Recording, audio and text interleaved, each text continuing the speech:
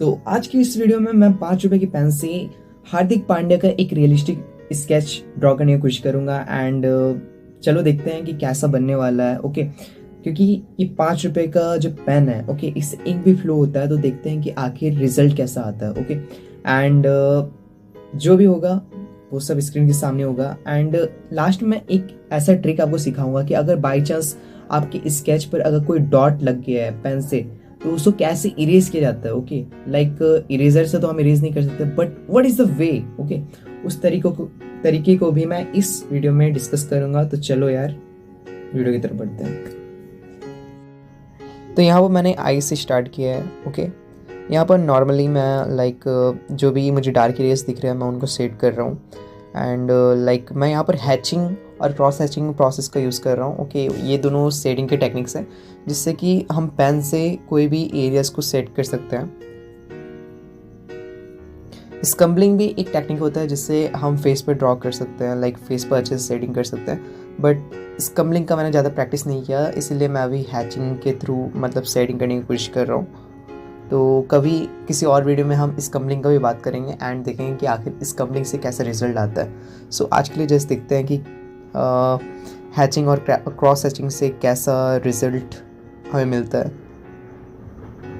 अभी तक तो कोई भी मिस्टेक हुआ नहीं, लाइक अभी तक इंक फ्लो नहीं हुआ, बट मुझे बहुत ज़्यादा केयरफुल यहाँ पर रहना है, क्योंकि अगर थोड़ा सा भी मैंने प्रेशर बहुत ज़्यादा हाई कर दिया या लो कर दिया तो उससे प्रॉब्लम हो सकता है। ओके, तो अकॉर्डिंग टू जैसे भी डार्क एरिया से या लाइट एरिया से उसके अकॉर्डिंग मुझे शेडिंग करना पड़ रहा है यहाँ पर। ओके, एंड या जैसे मैं अभी माउथ स्ट्रक्चर बना रहा हूँ तो उसके लिए मुझे जो भी लाइक हेयर्स की जो डायरेक्शन है माउथ स्ट्रक्चर की, लाइक मूंछ का जो भी डायरेक्शन है मुझे उसी तरफ स्ट्रोक्स देना पड़ रहा है, जिससे कि वो एक तरह से हमें रियलिस्टिक फीलिंग दे।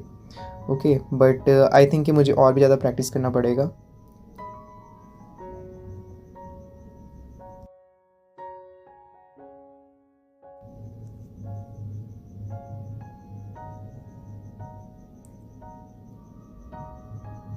एंड यहाँ पर मैंने बहुत पहले से ही लाइक आउटलाइन ड्रॉ कर लिया था एंड मैंने जस्ट उसको इरेज किया जिससे कि आउटलाइन जो है वो अच्छे से मुझे दिखे। एंड लाइक जब हम पेंसिल से जब आउटलाइन ड्रॉ करते हैं तो हमें नॉर्मली क्या होता है कि बहुत ज़्यादा डार्क लगता है, जिससे हमें ये पता नहीं चलता कि कौन सा आउटलाइन ज़्यादा डार्क होगा या लाइट होगा। इसी के लिए मैंने पूरे आउटलाइन को इरेज कर दिया, जिससे कि मुझे ये पता चले कि कौन सा लाइक मुझे कहाँ पर आउटलाइन को अपने हिसाब से डार्क या लाइट करना है।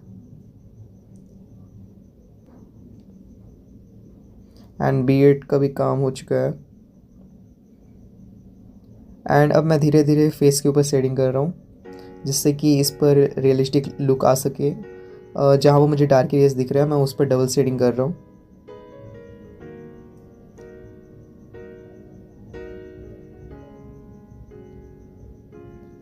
लाइक आप जब भी शेडिंग कर रहे हो आपको बहुत ज़्यादा पेशेंस चाहिए। अगर आपने थोड़ा सा भी लाइक पेशेंस वहाँ पर खो दिया तो आपका जो स्केचिंग है वो बर्बाद हो सकता है, क्योंकि पेन में आपको इरेज करने का मौका नहीं मिलता।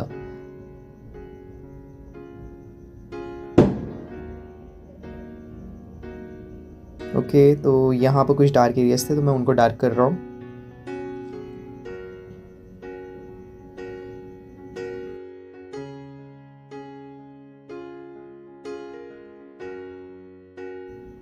अब ईयर्स पर कुछ कुछ लाइट शेडिंग है तो मुझे वही लाइट शेडिंग करना पड़ रहा है।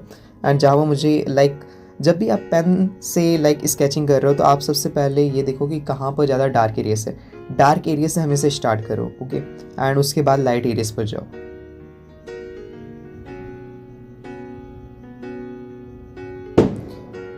फेस का पार्ट लगभग देखने से पूरा कंप्लीट हो ही चुका है। अब मैं नेक का जो भी पार्ट है वो मैं कंप्लीट कर रहा हूँ।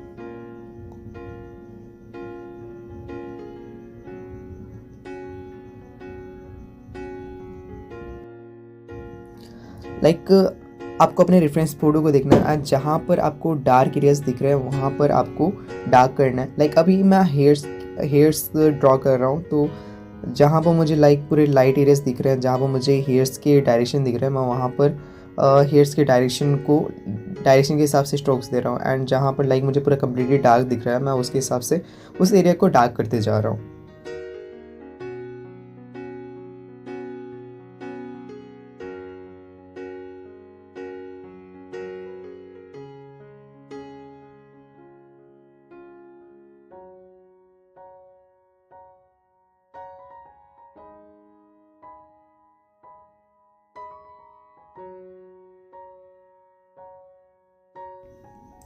क्लोज में भी मैं सेम चीज़, सेम टेक्निक फॉलो कर रहा हूँ। लाइक जहाँ पर डार्क एरियाज है सबसे पहले उसको मैं सेट कर रहा हूँ एंड उसके बाद मैं लाइट एरियाज पर फोकस कर रहा हूँ।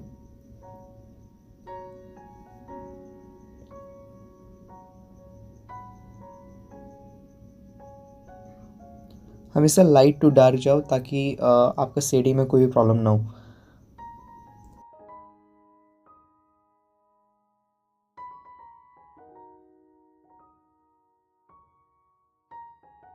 एक साइड लगभग कंप्लीट हो चुका है।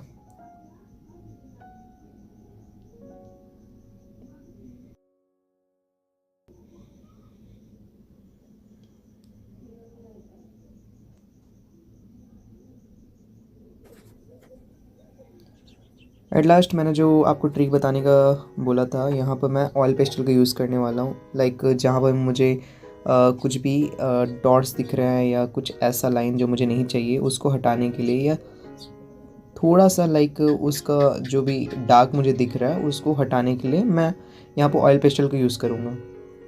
एंड एस लाइक मैं हेड पर यूज़ कर रहा हूँ जहाँ पर थोड़ा सा तिल जैसा बैठ गया, लाइक डार्क हो चुका है, तो उसके ऊपर ये ऑयल पेस्टल काम करेगा।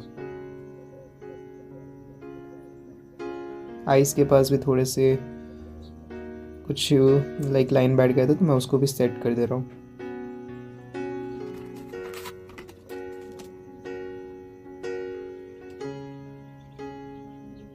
और जहाँ पर मुझे ऐसा लग रहा है कि फैल चुका है कलर, तो मैं वहाँ पर लाइक स्क्रैचर से उसको स्क्रैच कर दे रहा हूँ ताकि हर लाइक पूरा वो लाइट ना हो जाए।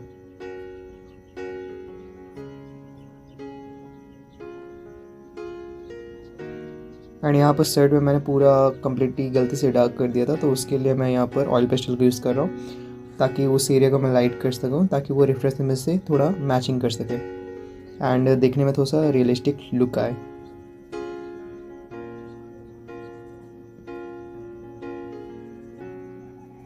आपको लेकिन जितना कम से कम गलती हो सके उतना आपको लाइक ट्राई करना पड़ेगा, क्योंकि एक बार पेन से गलती हो गया तो उसको करेक्ट करना बहुत मुश्किल होता है।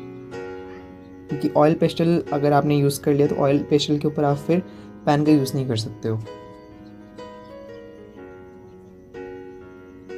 सो लगभग दिखने से हमारा ड्राइंग तो कंप्लीट है।